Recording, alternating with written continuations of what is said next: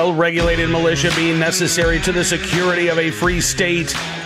The right of the people to keep and bear arms shall not be infringed. Welcome to another edition of Bearing Arms, Cam and Company. My name is Cam Edwards. I'm glad you're with us on the program today. November the 1st, Halloween is done. Hopefully you had a good night. Nobody stole all your candy. I've been seeing the videos this morning of all those Ring doorbell cameras and people wandering up to the house and just dumping all of the candy in the bag. Hopefully you didn't have to deal with that last night. We are 1 week away from Election Day, and I gotta say, I am, I'm generally a pretty optimistic person. When it comes to elections, I get downright Eeyore-ish. I will say that. I am always one of those people who, it's gonna go bad. Act like you're 10 points down, and that way you'll be pleasantly surprised.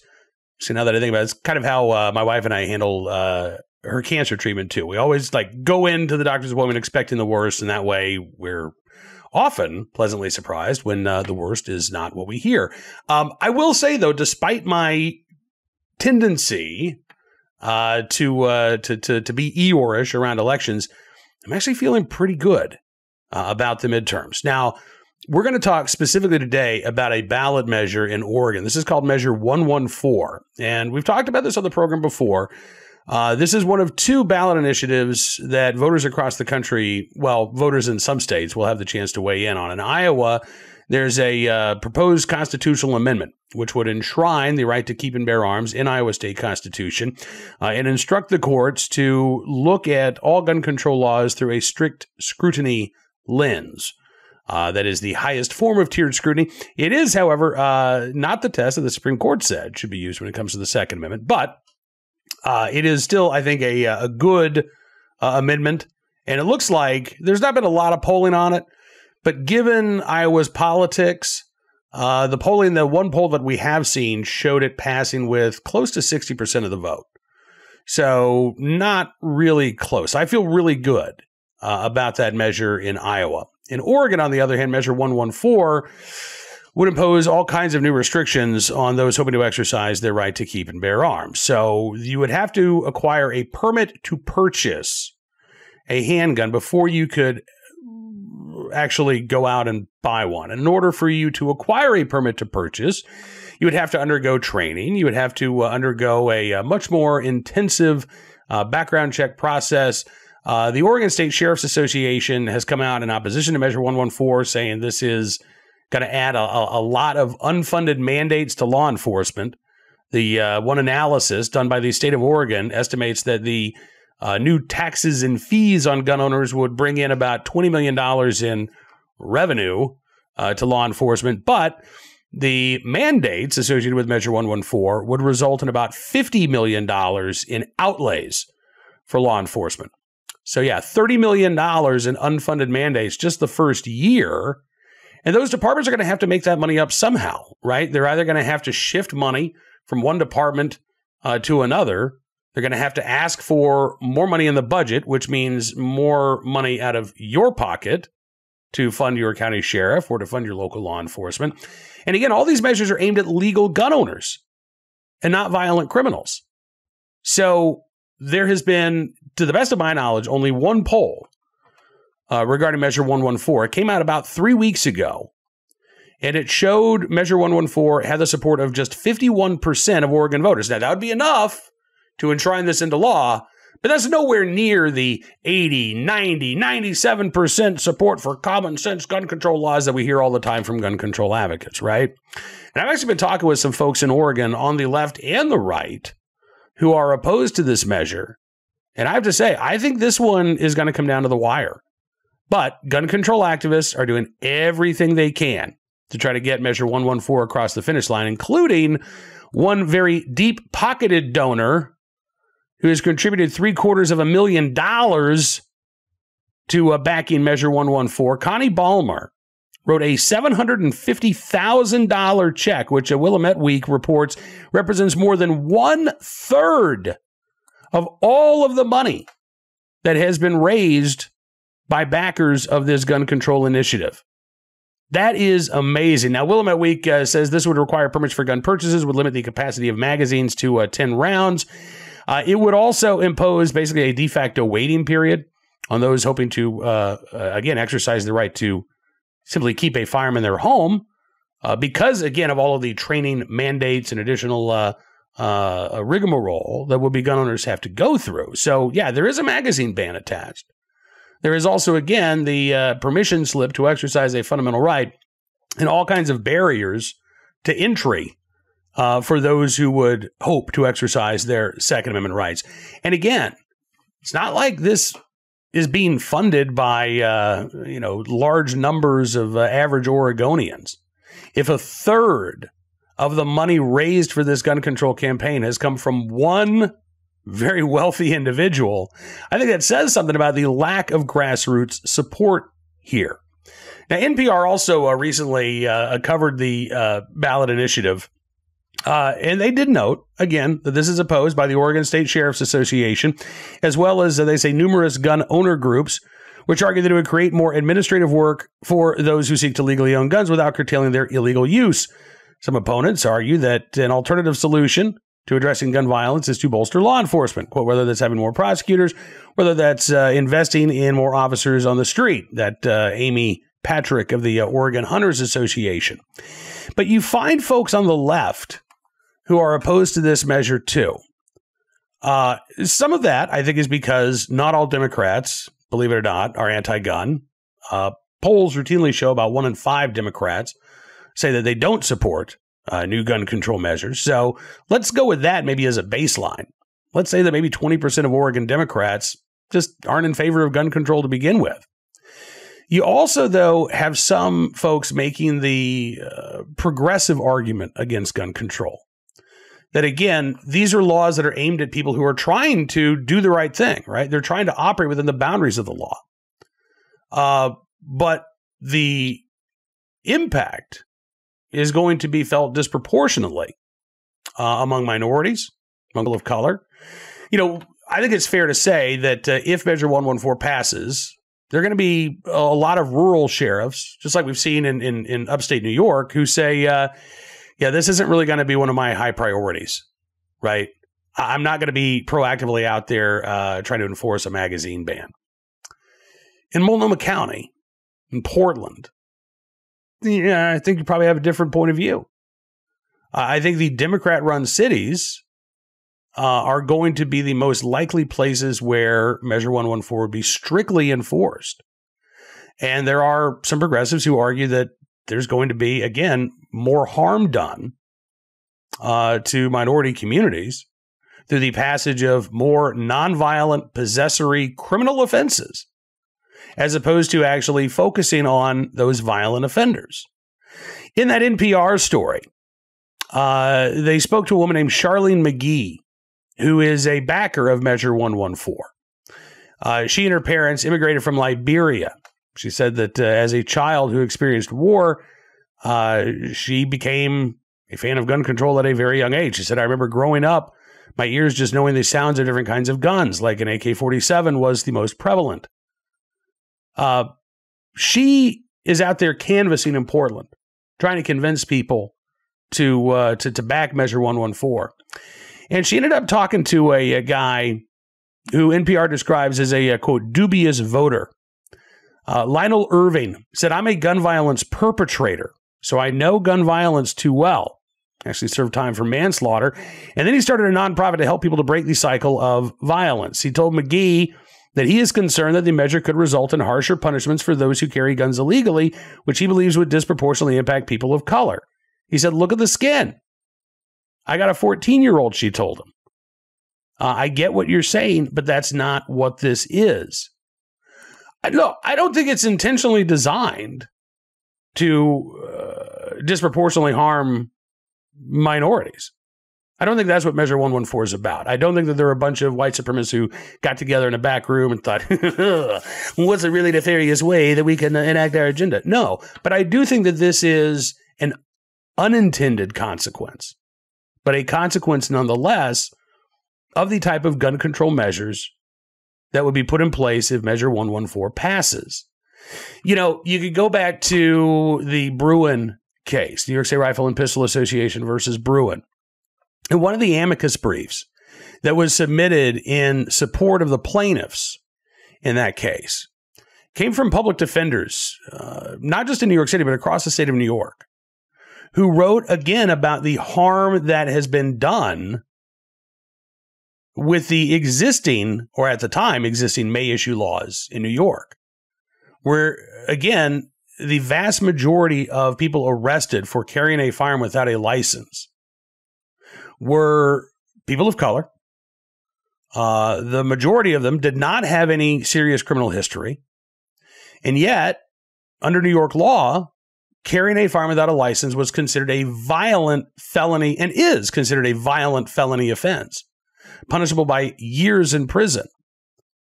Now, in Oregon, the measures, the penalties are not quite as draconian. In fact, you could argue that the penalty, for example, for carrying a quote-unquote large capacity magazine is so light that violent criminals aren't going to be dissuaded at all.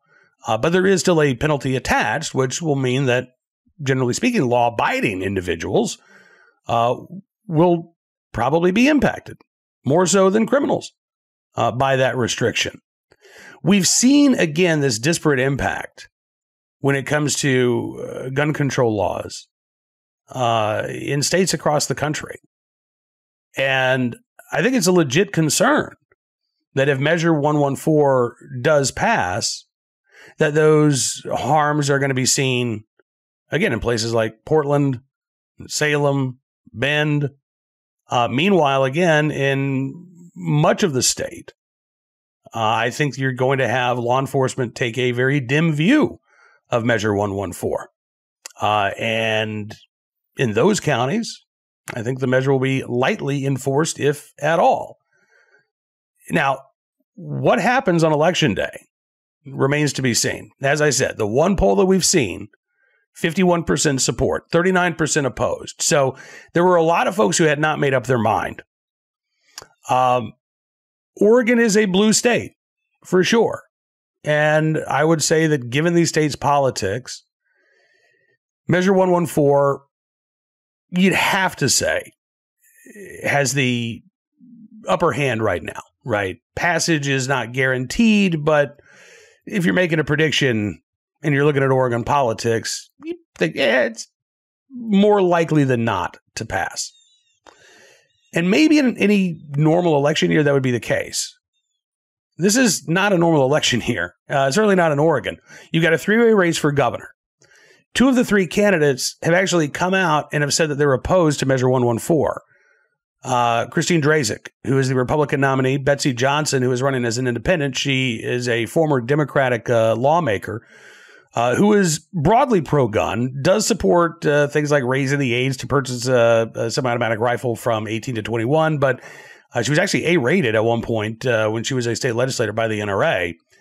And then there's Tina Kotek, the Democratic candidate for governor, the only one who has really come out vocally in support of Measure 114. There are a number of Democrats, including members of the Democrat Central Committee, who are out there campaigning against Measure 114.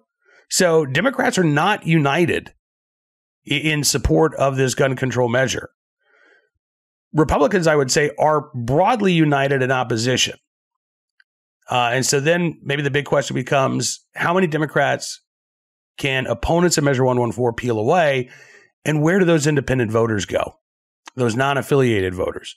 Do they buy into this false promise of increased safety at the expense of your fundamental right of self-defense? Or do they say, listen, we want to fight violent crime, but we don't do that by making it harder for people to protect themselves and reject Measure 114. We'll see again a week from today, but this is not going to be the slam dunk gun control victory that anti-gun activists were hoping for. That much I feel confident in predicting. Now let's turn our attention to today's Armed Citizen story, our good deed of the day, and our recidivist report. We will start there. One of the states actually that backers of Measure 114 have been pointed to is Connecticut, because Connecticut has a permit to purchase law. They said, well, a violent crime plummeted after that permit to purchase law went into effect. I think that's kind of a open question, actually. If you look at the crime rates before the permit to purchase took effect in Connecticut, and certainly there's been some variance and some up and down since the permit to purchase took effect in that state, including incidents like this. Heavily armed homicide suspect on probation captured in Hartford after a high-speed chase. Yeah. Heavily armed homicide suspect. And on probation after being released from prison just this year, back in the spring, for a shooting that took place in 2019. Yeah. 21-year-old Mecky Thompson had an illegal gun, illegally possessed firearm that had been illegally converted to fire fully automatic at the time of his arrest. Thompson is a suspect in a September homicide where a man named Devontae Gardner was shot and killed back on September 14th. The chase on Sunday started around 6:30 in the afternoon on the same road where Gardner was found the day of his death. Police suspected that Thompson was behind the wheel of a stolen car, and knowing that he was a suspect in a homicide, they tried to stop him. Instead, he refused to pull over. The high-speed pursuit began. Thompson also had 2 active warrants out for failure to appear in court. Officers chased Thompson to the north end of Hartford, where he stopped the car, tried to run away. Officers then initiated a foot chase and were able to take him into custody. On the passenger seat of the stolen car, police found a Glock handgun, again, that had been illegally converted, had a 30-round magazine with it. Again, illegal under Connecticut law. I mean, all kinds of illegal activity under Connecticut law. Thompson has now been charged with motor vehicle offenses, second-degree larceny, as well as 4 gun charges. Illegal possession of a large-capacity magazine, use of a machine gun for an aggressive purpose, carrying a pistol without a permit. Yeah, there you go. And possession of weapons in a vehicle. Not sure why he wasn't charged with being a felon in possession of a firearm, but again, all the gun control laws that the backers of Measure 114 want are in place in Connecticut, and it's still not stopping violent criminal suspects from illegally obtaining firearms. It is, on the other hand, those laws in Connecticut having a chilling impact and a chilling effect on the right to keep and bear arms, which is why the state of Connecticut is the subject of multiple lawsuits at the moment, taking on some of the state's gun control laws.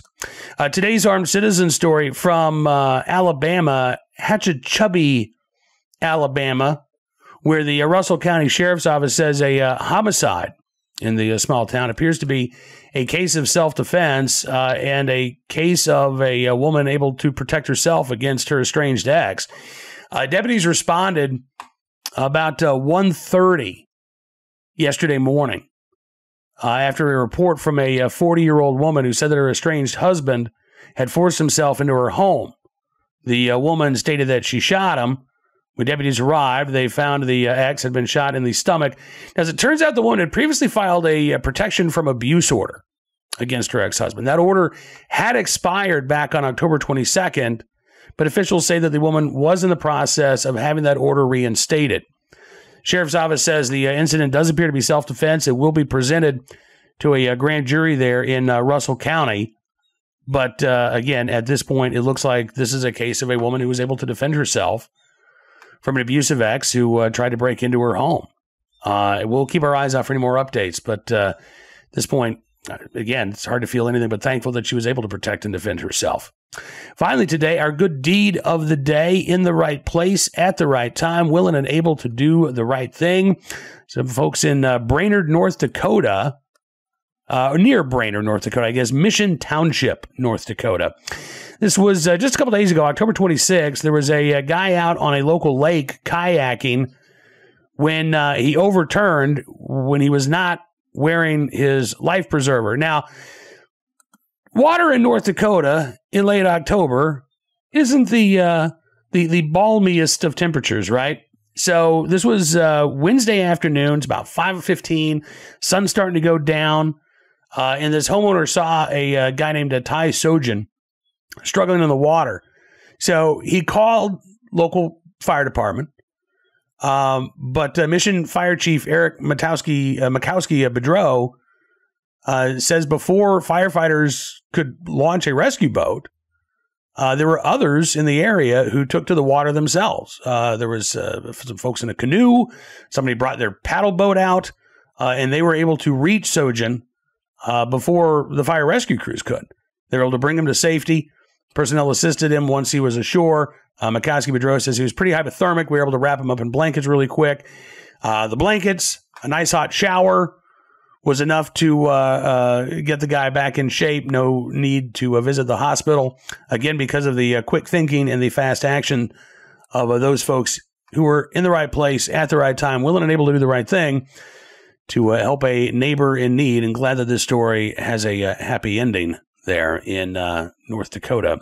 Now, that is going to do it for this edition of Bearing Arms Cam and Company. I, again, appreciate you being a part of today's broadcast. We'll be back tomorrow with even more of the latest Second Amendment news and information from all across the nation. But in the meantime, I would encourage you to check out bearingarms.com, where we are covering all of the 2A news that you need to know. We've got a new poll out of New York showing Kathy Hochul trailing her Republican opponent. Yeah, and some other election news to talk about on the website this afternoon. If you like what you see, I'd also encourage you to become a VIP member at Bearing Arms. Just go to bearingarms.com/subscribe. Use the promo code GUNRIGHTS, and you can get a significant savings on your VIP membership. As our way of saying thanks for showing your support, we're going to give you exclusive content, news stories, and analysis you won't find anywhere else, because your support does matter, and it really does make a difference. So thank you again. Enjoy the rest of your Tuesday. See you back here tomorrow. Until then, be well, be safe, and be free.